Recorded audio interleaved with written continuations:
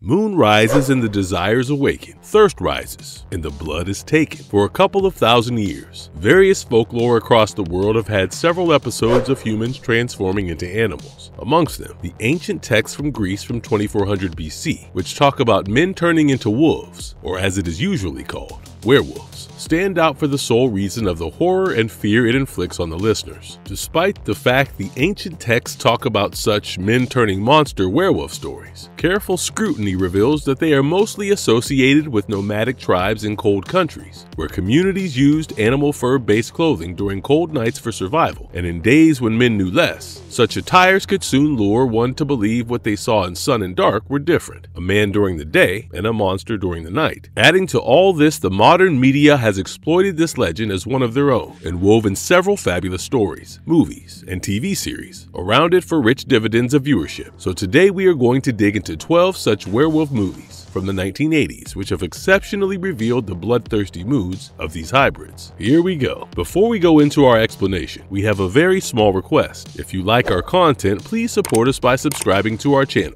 This is a small click for you, but for us, it means a lot. Thank you. Let's begin.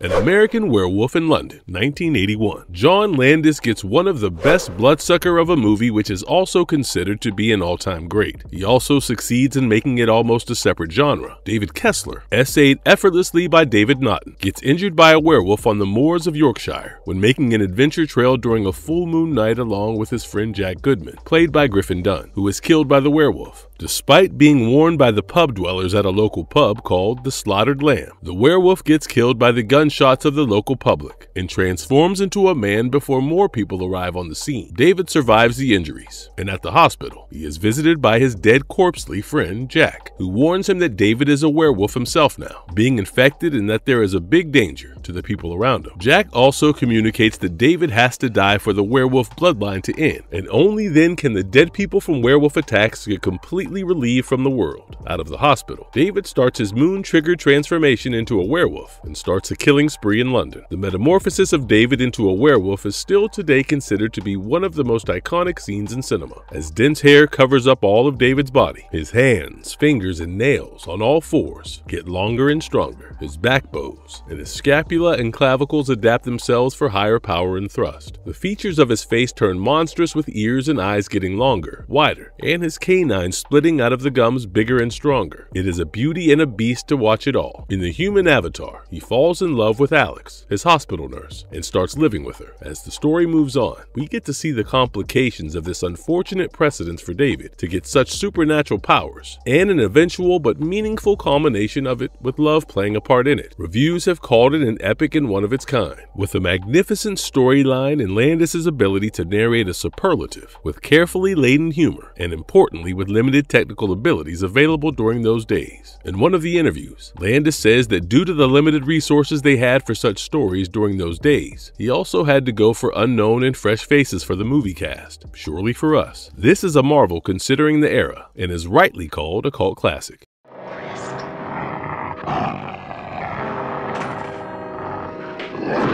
The Howling, 1981. The early 80s was a time when multiple werewolf movies started flowing in. The Howling also made it, but stood out exceptionally due to its audacity in telling an incomplete thriller, which was rare in those days, to substantiate a sequel. Joe Dante helped this venture to perfection with a well-thought-out screenplay, including occasional humor, but accomplishing raw horror inducements in the audiences. The protagonist, Karen White, portrayed by Dee Wallace, is a television anchor who is stalked by a serial killer. Karen plays accomplice with police to catch the killer, Eddie, but gets terrified and amnestic after watching him at a movie theater she had invited him to. Upon the recommendations of her doctor, Karen and her husband Chris arrive at a remote resort called The Colony, which seems to be filled with mysterious shades of people. Karen uncovers strange and horrific things about her cohabitants at the resort, as her husband is also forced into an affair with one of the women there. The thriller blends in with horror, with few scenes that make you jump out of your seats. Multiple characters transform into werewolves, and all of them are pretty scary to watch, with eyes and teeth turning devilish, fingers and nails growing to abnormal sizes, and blood oozing out of everywhere. Critics call out the movie as one of the best in this subgenre of werewolf movie anthology. The lope to the end gets us to a royal finale, with a surprise element that throws the ears off our heads. The howling rightly warns, beware of the beast inside you.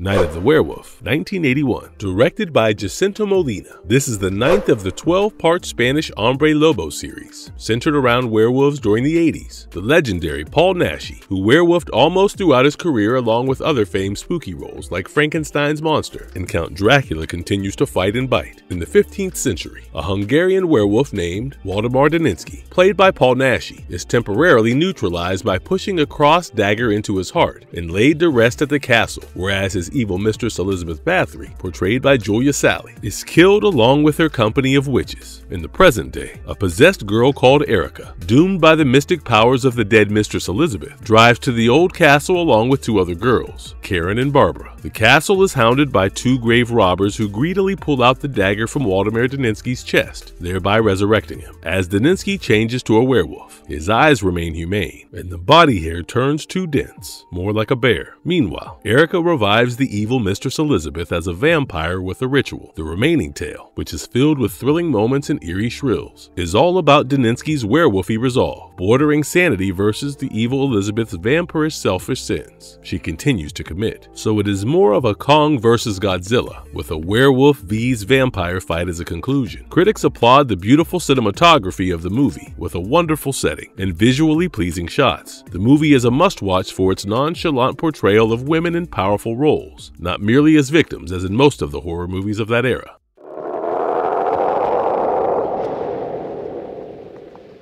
Teen Wolf, 1985. The movie, directed by Rod Daniel, was a teen sensation in those ages and still has a cult following. There have been multiple versions of this movie that came about in later years, like the Teen Wolf 2 in 1997, and more lately the TV series Teen Wolf, with 6 seasons grouped in. The movie is a must-watch since it highlights the factor of inclusiveness in educational institutions that is so very much required and voiced against bullying and racism in subtle tones that flew with an entertainment token of werewolf. The lead in this narration is Scott Howard, essayed by Michael J. Fox, who has been a bullied and neglected kid in his class. Well, it runs out more complex with a triangular love part, in which he is rooting for Pamela Wells, who ignores him, but at the same time, he is oblivious to Lisa or Boof, played by Susan Ursetti, who in turn has a crush on Scott. The movie plays around the popular basketball theme, where Scott represents Beavers and his bully Mick, played by Mark Arnold, the boyfriend of Pamela, is on the opposing team, Dragons. After an embarrassing match with Dragons and being outplayed, a tired Scott returns home in angst and learns that he is a werewolf. The metamorphosis here is not scary nor bloody, but has a touch of empathy and shock, as Scott sees his canines longer and his face transforming into something different with body hair covering his body. He seems to be self-deluded and shocked. Scott looks to be in anguish as he learns that he has always been a descendant of werewolfism from his family. The rest of the story shows how he explores positive ways of using his superpowers, like winning games for his basketball team with ease and impressing his love interest, Pamela. The movie also shows acceptance and celebration of diversity, as Scott's werewolf is applauded by the school community. Reviews and critics positively call out this different take on a horror subject in a lighter vein and make it relevant to social issues. Teen Wolf is definitely a good watch considering the entertainment quotient and the subtle tone of love and affection going throughout it.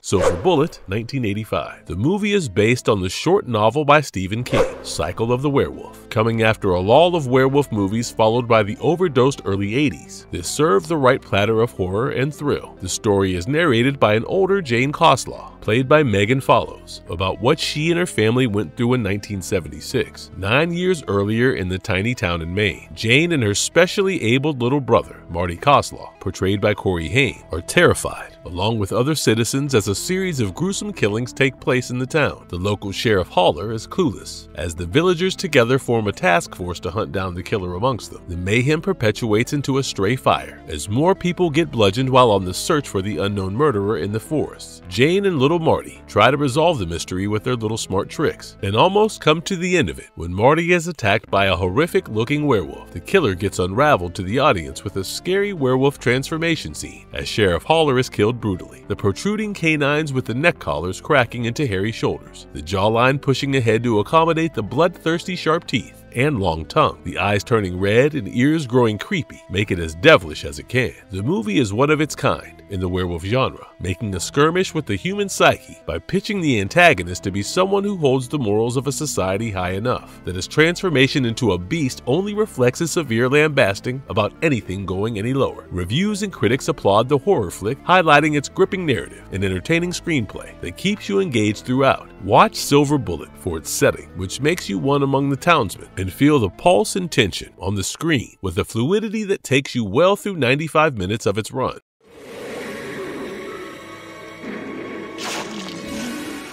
The Company of Wolves, 1984. This one came out straight from a Bunch book called Bloody Chamber, written by Angela Carter. Neil Jordan's venture was in fact a wonderful masterpiece of horror, bordering German expressionism, where lots of distortions are used to express the feelings and desires of people. The movement is brave and keeps you engaged as narration switches between past and present. The tale starts in the present with a girl named Rosaline, played by Sarah Patterson, about to be woken by her abusive sister, who starts dreaming of a story happening in the past set in an old rural village. In her dreamy story, Rosaline and her parents are aggrieved due to the death of her sister and send Rosaline to stay with her grandmother, portrayed by Angela Lansbury. The movie ponders over Rosaline's learnings from her granny about werewolves and how Rosaline goes on to meet one herself in a surprising epilogue. Neil Jordan plays with the audience by taking us into a whirlpool, weaving stories within stories, making us wonder what is real and what is not. The stories are meaningful and brushes with the psyche of the characters and are levied thoughtfully. The wolves are not as menacing as the transformation itself, the way the handsome husband who runs away on the day of his marriage, leaving his bride alone and returning after years, personifies a wolf in angst is both gory and chilling. The man peels out his skin with his bare hands in a bloody mess and gets out a wolf from within. The enticing way Neil depicts this peeler of a scene is a completely different perspective of how a hybrid of a wolf may churn out from a man. Critics are loud to call out this cinema as a cult classic, subtly touching social topics like the hormonal changes of young women and how potent these changes could be on them, leading to adverse impacts if not channeled right. The movie is more like poetry, shot like a play in sets that are lovable and believable at the same time. Jordan also tries to highlight the objectification of women and rejects it by reversing the train at the last minute to make the audience think deeply about what they witnessed.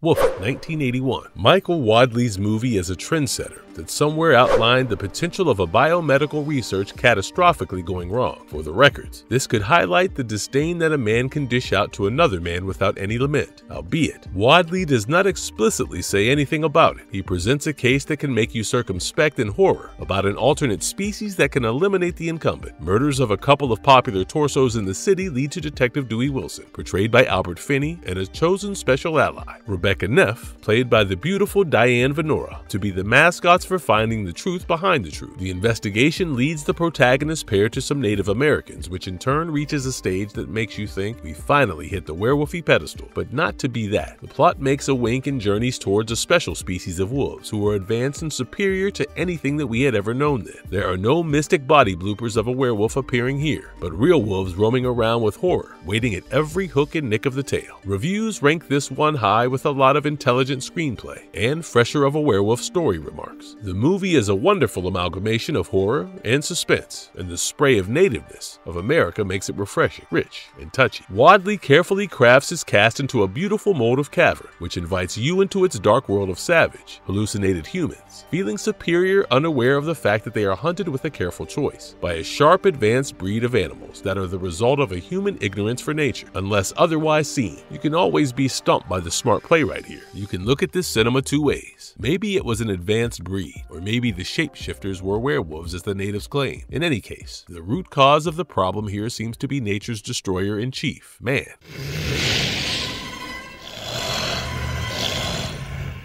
Waxwork, 1988. This is pure haunting stuff from Anthony Hickox. The theme, even though not entirely and specifically werewolfic, gives you one more barbaric avatar of the humano-wolf hybrids. 6 students visit a wax museum showcasing a long list of horrific, mythological, fantasy monsters, and evil characters. The catalog enlists a werewolf, Dracula, a zombie, a mummy, and whatnot. The catch of the play is, you cross the red rope barricade that separates the wax sculptures from the audience, and you enter the mythological world world of those characters, bringing them to life. One of the friends, Tony, essayed by Dana Ashbrook, enters the werewolf world where he is attacked and injured. Despite a rescue attempt, Tony turns into a werewolf himself. Dracula, zombie, mummy, and many other insane evils get into the museum and attack their victims. The werewolf mutation of Tony after being attacked is amorphous and diluted, but enough to get you the chills. Two survivors run out to bring back other rescuers like cops, but are terrorized to see their former mates being turned into devilish waxy shoxies. Critics clap this one for the entertainment value of the narrative and the fluidity that gets us through for an excellent horror outing. The spoofy horror flick gets all its characters into the frenzied melee with spewing blood, whines, lines, and screams galore. This is your best refresher for an assessment on the most favorite monsters.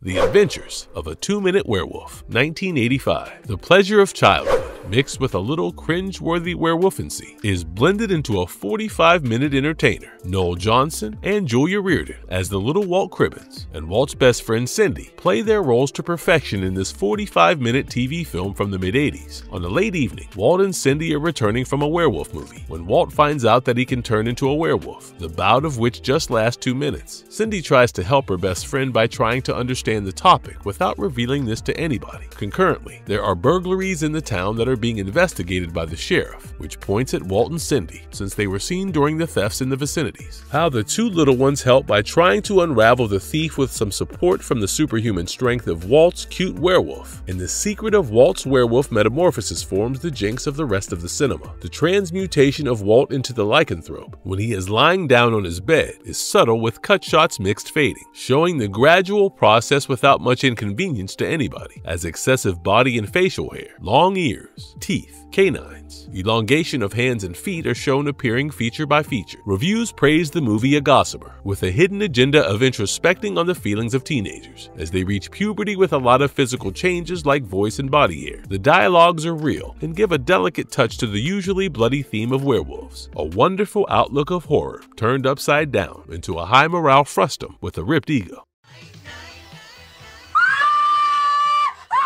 My Mom's a Werewolf, 1989. Michael Fisher takes us to a comedy flick with a horror twist here. Leslie Shaber, played by Susan Blakely, is an unhappy, ignored housewife living with her eternally busy hubby Howard, essayed by John Shuck, and bubbly daughter Jennifer Shaber, portrayed by Tina Caspary. Susan is allured by a handsome werewolf, Harry Throppin, played by John Saxon, who has chosen her to breed his descendant devils, and on a fateful evening, bites her leg during lovemaking. Leslie begins to realize that she is turning into a werewolf as her toothbrush begins to break, and her vegetarian traits shame her to a mouth slurping for meat. Leslie tries her best to elude all of these transformations. Jennifer and her friend Stacy Puba, played by Diana Barrows, come to know about Leslie's condition and decide to help her. The remainder of this flick gets to an engaging finish with an altercation setup between Jennifer and Harry, who intrudes into Leslie's home to inflict his evil intentions on her. Critics comment on it as an underrated funny flick, and also entertaining, giving thumbs up to the way the genres transit between horror and comedy throughout the movie. The transformation of Leslie to a werewolf is interesting and real, but far slower and independent of night or day, unlike other referrals in this genre.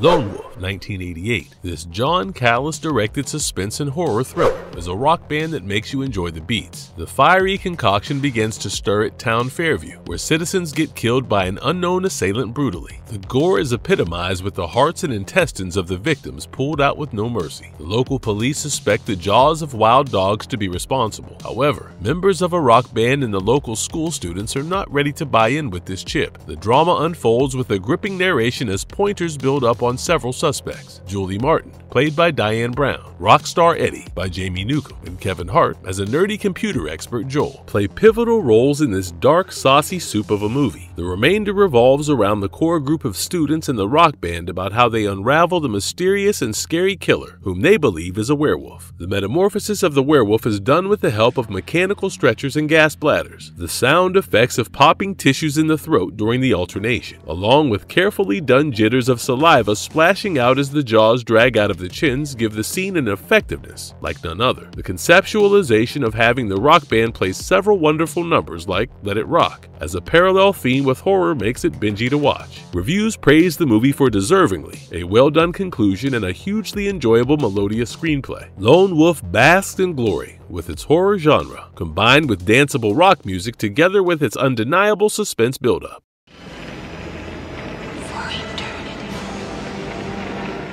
Howling 2, Your Sister is a Werewolf, 1985. The director's chair is taken over by Felipe Mora from Joe Dante from the first part. The tale starts where it left off in the first installment, when Karen mutates into a werewolf before getting killed. Ben White, brother of Karen, who's portrayed by Reb Brown, tags along with Jenny Templeton, a friend of Karen at work, played by Annie McEnroe, during his sister's funeral, where he is met by an alluring silhouette of Stephen Crosco, played by Christopher Lee. Stephen reveals that Karen was a werewolf and informs Ben about historical information about the mutable species, the importance of destroying the oldest and most dangerous mother of all, werewolves, Sturba, as played by Sybil Danning, and an offer to travel with him to Transylvania for executing this. Off they go and the fun starts. At Transylvania, Jenny is taken hostage by Sturba. Stefan and Ben make their way to the dangerous castle of Sturba, which is a shelter for the most dangerous werewolves on the planet. Gruesome deaths and horror transmutations become the norm as we trespass on the fortress of the werewolves. The werewolf hunter Stefan concludes the proceedings with a surprise, as he comes into a direct face-off with the antagonist Sturba. The alternations of the hybrids back and forth are seen in multiple instances throughout the movie, the primary being Mariana's. Mariana's remolding is similar to the one which we see during transformations in part 1, as her face disfigures and her canines protrude from the jaws, eyes, and ears, defacing to form a wolf's bloody outline, her nails digging out of marring limbs, body hair covering her up. Is scary to watch. Reviews and critics applaud this avatar of howling as a thought-provoking cinematic tour de force, with coming off the age effects and cheesy dialogues. Howling 2 stands up to its predecessor, even if not completely but to a large extent. The beautiful thing despite the gory horror here is that even in those eras, a woman was handed the primary antagonist with an ending that deservingly fitted both genders as two faces of the same coin. The good and the evil perish together to strike off one another for the survival of a more realistic world.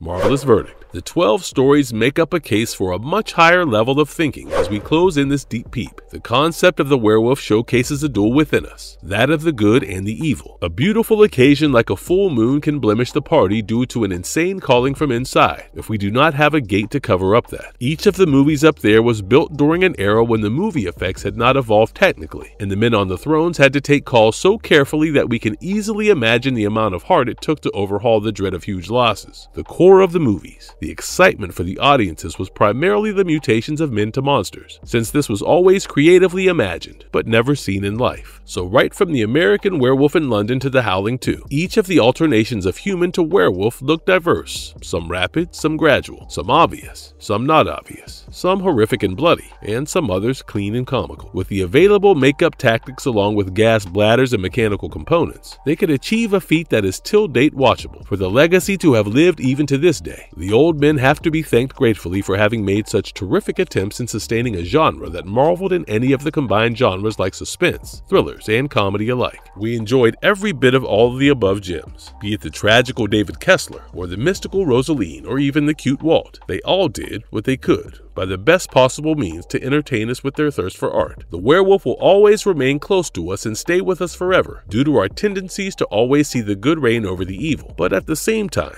the resilience of the evil to rise against the good too, to create that cycle of sustainable interest for entertainment. We are the angels who beat, but at the same time, we are the beasts to be beat. And if you liked our content, don't forget to leave a like and subscribe to us if you haven't already. Have a good one and be safe.